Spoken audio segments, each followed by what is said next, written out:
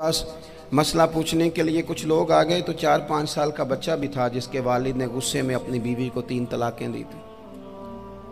तो छोटा सा बच्चा, कपड़े भी फटे पुराने, और हालत बता रही थी कि गरीबी है। तो जब मैंने मसला बताया कि 3 तलाकें हो गई हैं तो वापस जाने लगे। तो बच्चा मुझसे कहता है, देहाती आदमी तो कहने लगा, मौलवी साहब मेरी अम्मा ते नानी कहनी असन पूछ के आई आप कि हुण असीं लहदा लहदा ही रहना है। तो उस बच्चे की नौनिहाल की वो कैफियत देखी तो मैं रो पड़ा। मैंने कहा यार ये बच्चा बेचारा माँ बाप के होते हुए ये यतीमों जैसी ज़िंदगी गुजारेगा क्योंकि बाप ने तलाक दे दी। किस तरह मसाइल नहीं बताए लोगों को, तालीम से आगाही नहीं किया। और इसमें बहुत बड़ा जुल्म है उन लोगों का भी जो जनाजे पे खड़े होके तो कह देते हैं, मेरी तरह के लोग अच्छे उलमा की बात नहीं करता, वो कह देते हैं देखो जी लोगों को जनाजा नहीं आता। भैया आपने किस दिन इशा के बाद क्लास लगाई थी जनाजा सिखाने की? ये तो आपने कह दिया लोगों को कुरान जी ठीक नहीं आता। तो यहाँ तो बेचारी बीबियाँ जिनको सही पढ़ना नहीं आता वो मिशन बना लेती हैं कि मैंने इतने 100 को कुरान पाक पढ़ाना है, बेवा हो गई हूँ, तलाक याफ्ता हो गई हूँ, सारी ज़िंदगी कुरान पढ़ाऊँगी। हम क्यों ये मिशन नहीं बनाते, क्यों इस तरफ सफ़र नहीं करते?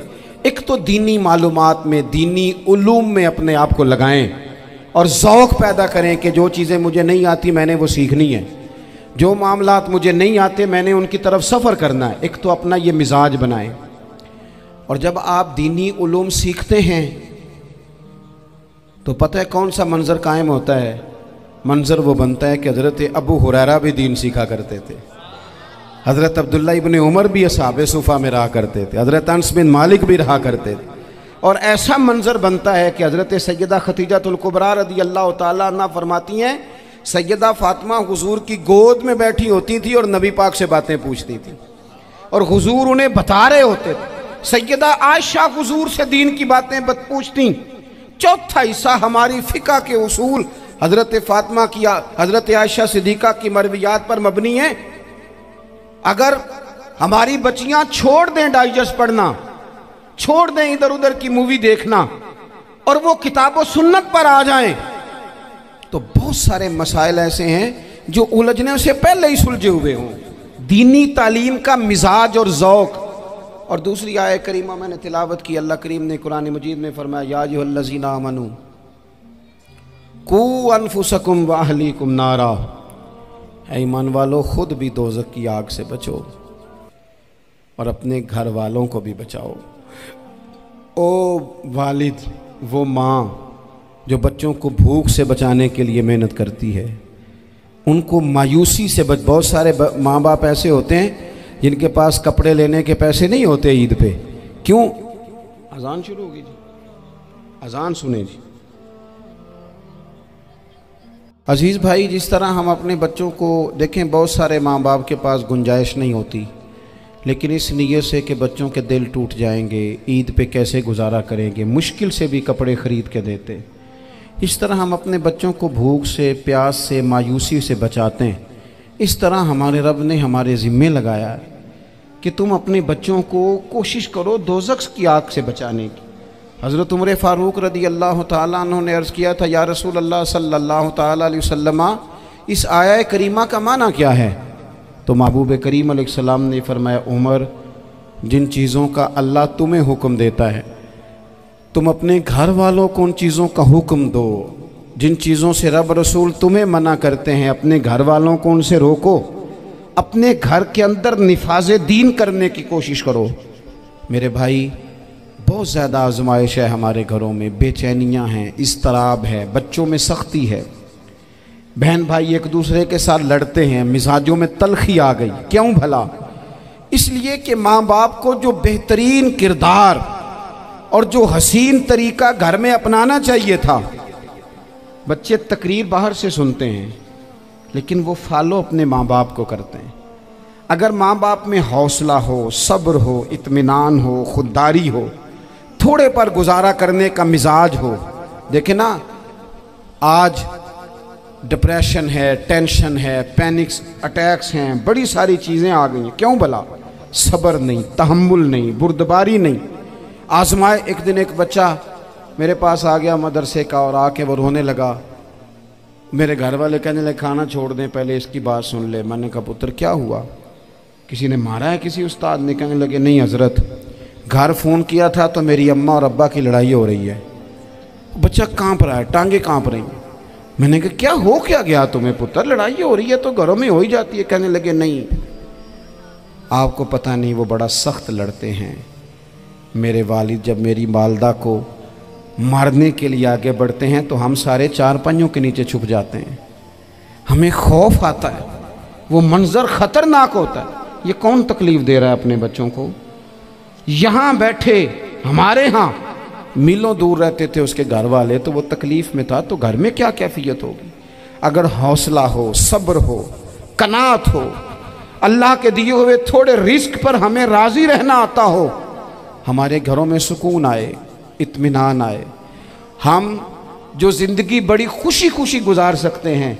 हमारे मिजाजों का लालच, हमारी तबीयतों की बेराह रवी, हमारी झूठी अना का बुत, उन सारी चीज़ों को ख़त्म कर देता है। अपनी ज़िंदगी के अंदर अगर हम वो किरदार अपने बच्चों को दें, जिस किरदार में मोबाइल भी हो, जिसमें गाड़ी भी हो, जिसमें पैसे भी ला के अब्बा दराज में रखता हो, लेकिन वालिद का घर में मुसल्ला भी मौजूद हो, उसकी कोई तस्वीर भी हो, वो ये भी कहता हो कि खुदा ने अपने फजल से आज 5,000 दिया है तो इसमें 1,000 गरीबों का भी है, इसमें थोड़ा सा मैंने अल्लाह की रिज़ा के लिए भी रखा है। अगर कोई मुश्किल आ जाए तो वो बाप और माँ को सब्र करता हुआ देखते हो। अगर एक बाप कर बात करे तो दूसरा बर्दाश्त करता हो। खुदारा अपनी औलादों को इस अजियत का शिकार न करो। अपने घरों के अंदर वो खुददारी, वो प्यार, वो वक़ार, वो मोहब्बत, वो अंदाज़। आप थके हुए हैं, कोई शक नहीं, आप बहुत सारे मसाइल का बाहर शिकार होंगे, कोई शक नहीं, लेकिन आप बाहर से थक के आए हैं। और अगर आप बाहर अपनी फैक्ट्री के मालिक हैं और दफ्तर के बड़े हैं तो घर में भी तो आप बड़े हैं ना। आपकी माँ भी तो इंतज़ार कर रही है, उसने भी तो दुखड़ा सुनाना है ना आपको। आप ये देखिए कि आपके बच्चे भी तो इंतज़ार कर रहे हैं, वो चाहते हैं कि अब्बा आके बैठे तो हम उनके सीने पे चढ़ के थोड़ा खेलें। आपकी अहलिया मुंतज़िर हैं। कुछ बातें बीवी किसी और से नहीं कह सकती, सिर्फ अपने शौहर से कहती है, लेकिन वो तो आते ही जलाल में आ गए साहब। वो कहने लगे तू बड़ी नालायक है, मैं थका मांदा आया हूं और तूने मुझे कहानी सुना दी है। वो उस खातून से शिद्दत के साथ पेश आने लगे। मेरे रसूल पाक की हयात नूर को देखो, हज़रत उम्मे ऐमन हुज़ूर की रज़ाई वालदा हैं, उनकी भी खिदमत हो रही है। हज़रत हलीमा सादी आ रही हैं तो खिदमत हो रही है। हज़रत अब्बास हुज़ूर के चचा हैं तो करीम फरमाते हैं मेरे चचा हैं बाप की जगह पे। हुज़ूर दोस्त अहबाब सहाबा ग़ुलामों सब के साथ प्यार कर रहे हैं। 9 अज़वाजे मुतहरात हैं घर के अंदर। और कैफियत ये है कि हुज़ूर सिर्फ उनकी ज़रूरतों का ही ख्याल नहीं करते, ख्वाहिशात का ही ख्याल नहीं करते, बल्कि मेरे करीम का तरीका ये है कि कोई बंदा आज बोल क्या रहा है, वो कहाँ खड़ा है, आज उसके जुमले किस तरह के, उसका लहजा किस तरह का हो गया है और उसे ठीक कैसे करना है। महबूब इसका ख्याल फरमाते, तवज्जो करते। मैं कहता हूँ कि हम सबको शौक़ आया है आराम करने का। मैं सुबह 11 बजे से पहले अपने घर से निकल आया था और ये वक्त आ गया है और रात को खुदा जाने किस वक्त घर पहुँचना है। कई दफ़ा कैफियत ये होती है कि गाड़ी से उतरते हैं तो फिर दिल करता है कि कोई उठा के चलाए ना कभी। इसके बावजूद बहुत सारे लोग नाराज़ रहते हैं कि हमसे मिल के नहीं गए, फ़ोटो नहीं खिंचवा के गए, फलानी जगह चाय नहीं पी के गए। ये तसलसल है। लेकिन मैं जितना मर्ज़ी थका मांदा घर जाऊँगा ना, कभी ऐसा नहीं हुआ कि मैं घर जाऊँ तो बड़ी टेंशन में जाऊँ। मेरी घर वाली एक दिन मुझसे कहने लगी आपने कभी नहीं कहा कि मैं थका हुआ आया, बंदा थक भी तो जाता ही है ना, कभी कहाँ करे ना। मैंने उसे कहा पता क्यों नहीं कहता, इसलिए नहीं कहता कि मैं नहीं चाहता कि मेरे बच्चे ये कहें कि हमने दीन नहीं पढ़ना, हमारा बाप तो बड़ी मुश्किल में है। हम अपने काम के बारे में अपने घर में शिकवे करते हैं। आप किसी बच्चे से पूछ लें कौन सा काम करना है, कहता जो अब्बा जी कर दे रहे वो नहीं करना। क्यों? कि अब्बा जी हर रोज़ तो कहते हैं मैं बड़ा उलझ गया हूँ, ये काम बड़ा मुश्किल है। मैं चाहता हूँ कि मैं अपने बच्चों को ये बताऊँ कि पुत्र मैं तो जिधर जाता हूँ फूल ही फूल हैं। मैं तो जिधर से गुजरता हूँ मोहब्बत ही मोहब्बत है, मैं तो जिधर से देखता हूँ दुआएं ही मिलती हैं, ताकि उनका शौक पैदा हो। मेरे अजीज, आप थोड़ा सा दिल बड़ा करें। अगर आप एक की वजह से पूरा घर सुकून में आ जाता है तो आप दिल बड़ा क्यों नहीं करते? जगह ढूंढते हैं बस मुझे कोई तंग ना करे, कोई मेरी बाप माँ बदौलत को कोई परेशान ना करे। बुखारी शरीफ सुनिए, हज़रत आयशा सिद्दीक़ा रज़ी अल्लाह ताला अन्हा बैठी हैं। हुजूर फरमाने लगे, आयशा आज एक बात ना बताऊं तुम्हें? या रसूलल्लाह बताइए। हुजूर फरमाने लगे, जब तुम मुझसे नाराज़ होती हो तब भी मुझे पता चल जाता है, और जब राज़ी होती हो फिर भी पता चल जाता है। तो हज़रत सैयद आयशा सिद्दीक़ा बात सुन के बड़ी खुश हुई। या रसूलल्लाह वो कैसे? हुजूर फरमाने लगे, कभी कभी तुम कसम उठाती हो। या रसूलल्लाह हाँ। फरमाया, जब होती हो ना राज़ी, खुश, तो फिर कहती हो मुझे रब्बे मोहम्मद की कसम सल्लल्लाहु अलैहि वसल्लम। फिर तुम मेरे नाम के साथ रब करीम का नाम मिला के कसम उठाती हो, रब्बे मोहम्मद की कसम। या रसूलल्लाह बिल्कुल ऐसे ही है। और फरमाया, जब तुम्हारे दिल में कोई बात होती है ना तो फिर तुम कहती हो मुझे रब्बे इब्राहीम अलैहिस्सलाम की कसम, फिर तुम रब्बे मोहम्मद नहीं कहती। ये बुखारी मुस्लिम में मौजूद है। हज़रत आयशा सिद्दीक़ा ने तो बात सुनी तो खिल गई तबीयत, कहने लगी, करीम सदके जाऊँ, यहाँ तक ख्याल फरमाते हो? किसके जुमले कहाँ पहुँच गए, यहाँ तक ख्याल है? फरमाया, मुझे पता चल जाता है कि तुम्हारी कैफियत क्या है, कहाँ खड़ी हो। ओ भाई, हम तो अपनी माँ का भी ख्याल नहीं रखते।